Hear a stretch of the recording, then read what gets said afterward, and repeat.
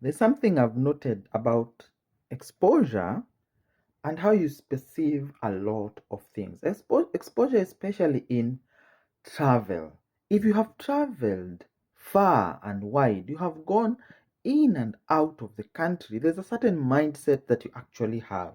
There's a certain can do attitude. There's a certain perception you have about business, how you handle yourself. Let me give you an example.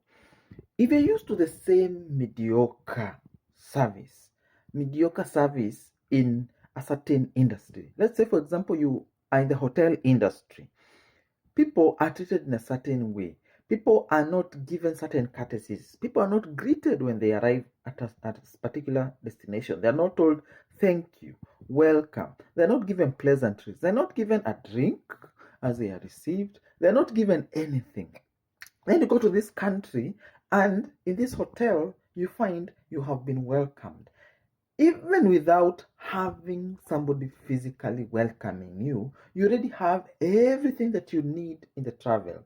For example, you might find some suggestions on what you can do while you're traveling in this country. They can give you all the passwords and all the explanations in a manual that you can be able to see. Something that is not possible in Kenya, for example, where a hotel assumes that you know everything. And when you ask for something, it seems like you are intruding, like you are disturbing, like you are becoming a bother. When you are traveled, you are able to be exposed to certain classes of way things are done, and you're able to acquire certain standards about things. For example, houses. When you are traveled, and especially when you are traveled in Europe and the US and other nations in Asia and Africa, you realize some of our houses are poorly done, especially on finishes. The paint itself is not of the standard that you find in other places. The windows are not of the standard that you find in other places. The build is only structural, but it is not beautiful. The plans do not follow a certain way of doing things. When you are exposed, you're able to realize that there's a certain standard that something is not meeting. But if you are not traveled, you'll always think that the African proverb that your mother is the best cook, that Kenya, for example, is the best place in the world. When you think that every kitchen has to have some funny cooktop, some funny gas cylinder appearing everywhere, before you realize there are some places where people build kitchens and hide gas cylinders. They look beautiful. I remember there was this couple that was selling this hotel room in Nanyuki, fancy hotel room, a big house in a big conservation. This house was going for 40,000 shillings a night. 40,000 shillings a night. And it was saying it was a luxurious, it was a fancy location. But because of my exposure, I looked at it and said, this is not worth the money. Why was it not worth the money? Fine, they had the jacuzzi, but there was a problem. Green pipes were appearing in this luxury establishment. Green pipes. The green water pipes were appearing in this jacuzzi. You spoil everything by having some funny plumbing done on a jacuzzi that is worth hundreds or tens of thousands of shillings. Why? Exposure will tell you that is not the correct way of doing it. You walk into the kitchen and realize that the kitchen is dark. There's not enough light. You walk into the sitting room, you realize the wires are exposed. The wires of the house are exposed. A certain standard, you acquire a certain standard that will tell you this is not the way things are done. Things are supposed to be done in a certain way. Exposure. Traveling gives you certain exposure. It also allows you to be able to acquire certain business opportunities. I remember there was a time, there's this advertiser in Kenya who had come up with the idea of having light posts and having an advert on it, going to the government and saying, look, this road needs lighting.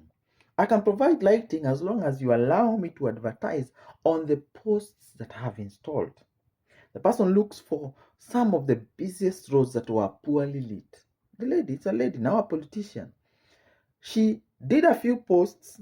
She did a few advertising, and somehow everyone thought this is the way to make money. And she had made a lot of money by the time people are thinking about it. Why? She went to South Africa and realized, this is actually a business proposal. This is something that I can be able to bring home and do. Think about it. If she was a Kenyan who was stuck at home, having traveled neither here nor there, she would not have come with that idea. And by the time people were thinking about it, she had made millions.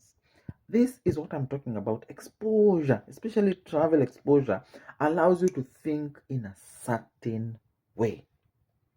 I remember traveling and talking to people. You realize that we are not made of the same kind of thing. People struggle in different ways. And some of this exposure allows me to think about my generations. Actually, thinking about generations and generation wealth came from interacting with a foreigner, not a Kenyan, a foreigner. That people think about generations and generation wealth and generational well-being way in advance. In Kenya, we don't think about these things. We only think about our stomach. You only eat once, so you buy food, you eat, you enjoy some holidays, you buy a car, then you end up leaving nothing for your inheritance, nothing for your children. If your parent struggled to educate you, you want your children to struggle educating their children. Please let us fight certain battles that will allow our children be able to live a better life. Though this individual talks to me about generational wealth and generational patterns, a foreigner who I was exposed to because of travel and talking to people. The guy tells me that his great grandfather had bought a piece of land that was later converted into an airline, an airport, a small regional airport. And this person thought, if I sell this land, I will not make any money. But what about if I lease this land? Because I have children. If I sell this land, I make the money and probably it will go out. But what if I lease? Now think about it. If you had land that was able to be leased out, for example, for Ukunda Airstrip, assuming Ukunda Airstrip is yours, how many flights land there every day? So if KAA was to lease Ukunda Airport from your grandfather and be earning money perpetually for years, for generations, think about it. You have an asset that is making money. It is just land that is being laying there. You did not do anything to it. You did not build any airways. Somebody leased the land for years, hundreds of years, and you leave this inheritance for your children. So the person told me that the grandfather did that, and their dads and their uncles were able to get something from it. Even now, they enjoy the utility of having this airport as a lease, as land they have leased to this regional airport. Money, my friends. But think about it. If it was a Kenyan, what would they have done? Sold the land. Why? You need to sell the land, buy a Range Rover. Leave nothing to your generations. Traveling allows you to get a certain exposure, my friends. And you realize that people think differently. People don't think the same. That is the thing. That's the thing about exposure and travel. People think differently. You think about certain things, but when you go out there, you realize people think about different things. Let me give you an example. In Kenya, we are always thinking that you need to buy certain things, that you need to get certain things, that you need to spend money for you to get quality. Then I go to this country and I find people foraging for items in a forest, getting free food that you did not plant, that was planted by nature, land that was government land, forest land. People are going there to pick berries in a certain season. Berries, blackberries, they get raspberries, wild berries of all kind in this forest. They were harvesting, making jam, and having jam for the rest of the year.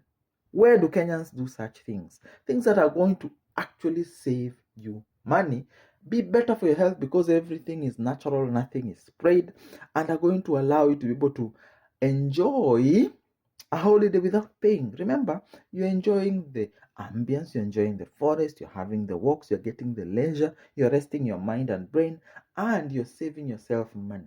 But as a Kenyan, this was something that I would never have thought of.